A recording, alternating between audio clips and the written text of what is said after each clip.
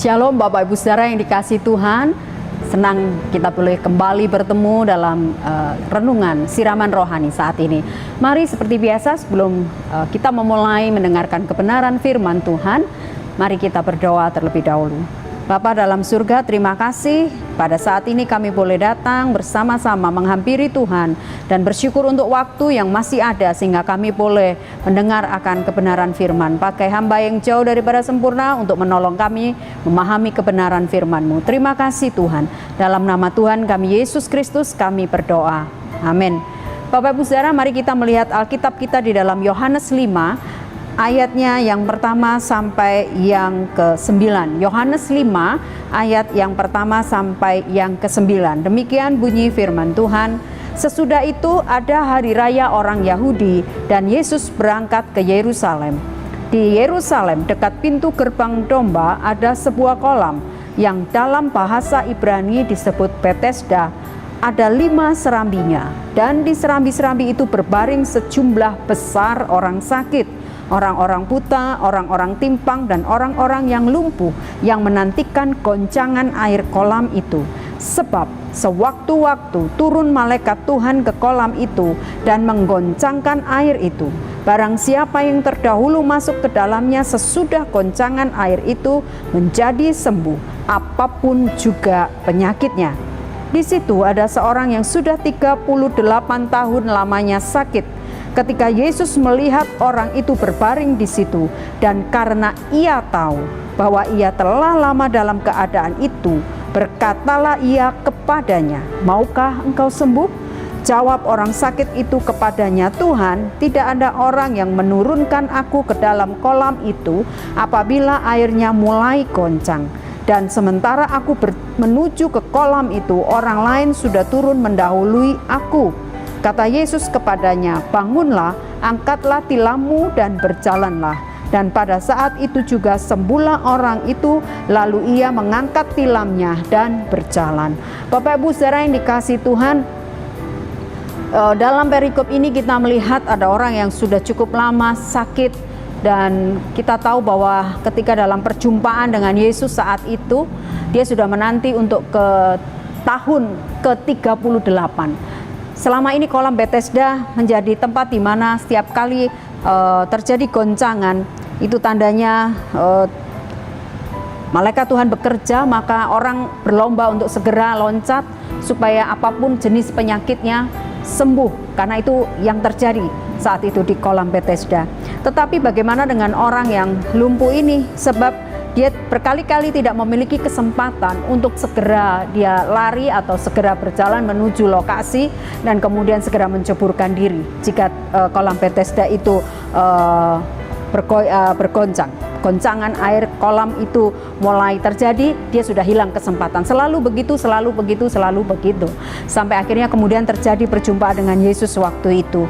Dan Yesus tahu, dikatakan di sana bahwa ayat 6, ketika Yesus melihat orang itu berbaring di situ, dan karena ia tahu, ia di sini huruf besar artinya Yesus sebetulnya sudah tahu bahwa orang ini sudah selama itu ada di tempat itu dan tidak pernah memperoleh kesempatan untuk sembuh. Dan Bapak Ibu Saudara yang dikasihi Tuhan, pertanyaan Yesus waktu itu pertama kali ketika bertemu dengan orang itu adalah, "Maukah engkau sembuh?"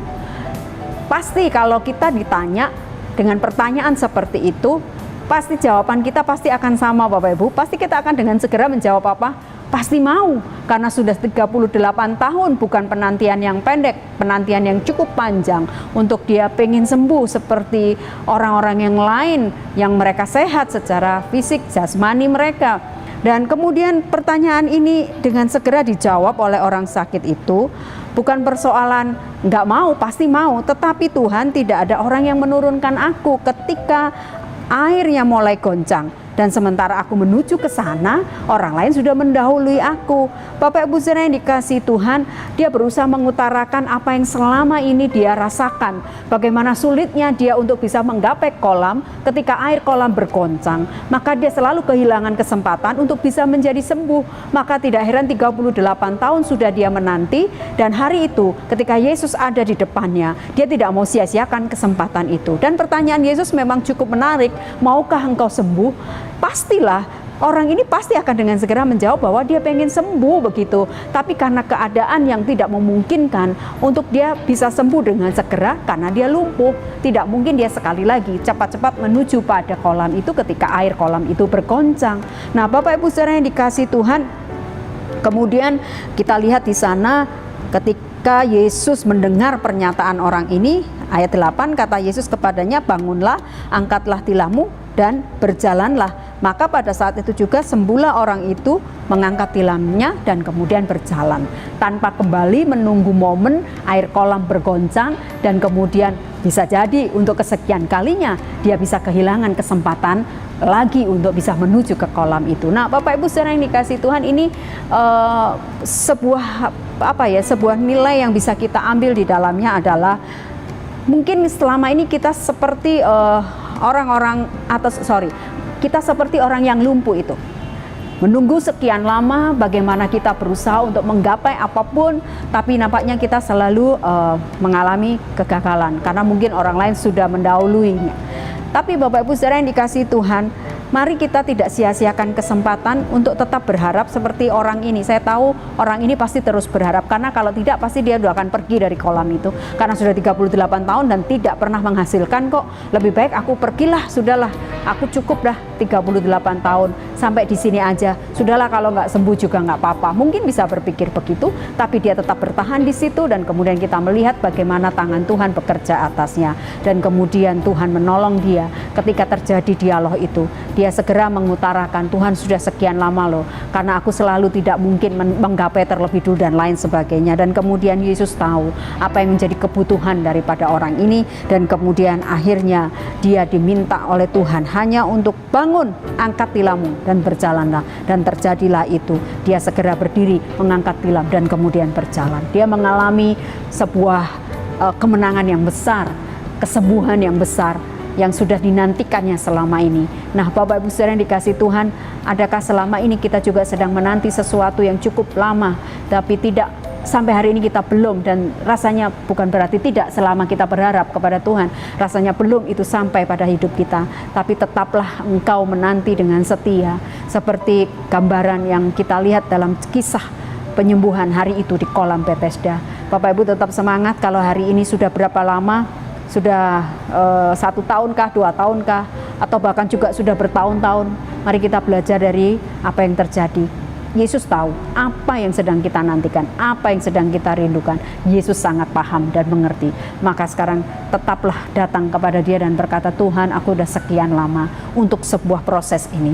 Mari Tuhan tetap berkemurahanlah, supaya aku boleh mengalami kemenangan atas segala apa yang sedang aku rindukan ini. Mari Bapak Ibu saudara, pada saat ini kita tetap semangat, tetap kita percaya bahwa Tuhan itu melihat dan tahu apa yang sedang kita nantikan. Kiranya kebenaran sederhana ini boleh memberkati setiap kita pada saat ini. Mari Bapak Ibu saudara yang dikasihi Tuhan, seperti seorang yang lumpuh itu, dia bangun, mengangkat tilam dan berjalan. Maka apapun hari ini yang sedang ada pada kita masing-masing, kita sedang menantikan hal yang sama untuk sebuah persoalan yang mungkin persoalannya bisa sama, tapi mungkin kita akan mendapat jalan keluar juga sesuai dengan kebutuhan-kebutuhan yang kita sedang nantikan. Mari Bapak Ibu saudara kita berdoa. Terima kasih Tuhan, Engkau menolong kami. Terima kasih untuk kebaikan Tuhan. Terima kasih Tuhan, kami belajar untuk kami tetap menanti sekalipun perlu proses dan waktu yang panjang, tapi kami percaya satu kali kelak kami akan mendapatkan jawaban itu. Seperti orang lumpuh ini, sekian lama dia menanti, sekian lama dia menunggu, tapi ketika dia bertemu dengan Tuhan, Tuhan Engkau langsung melakukan bagianmu, karena Engkau tahu bahwa orang lumpuh ini membutuhkan pertolongan, membutuhkan kesembuhan, dan pada saat itu terjadilah mujizat yang besar. Ia boleh bangun, kembali berjalan. Terima kasih Tuhan, Engkau baik. Meteraikan kebenaran ini lebih lanjut di dalam satu nama Tuhan kami Yesus Kristus, kami berdoa. Haleluya. Amin.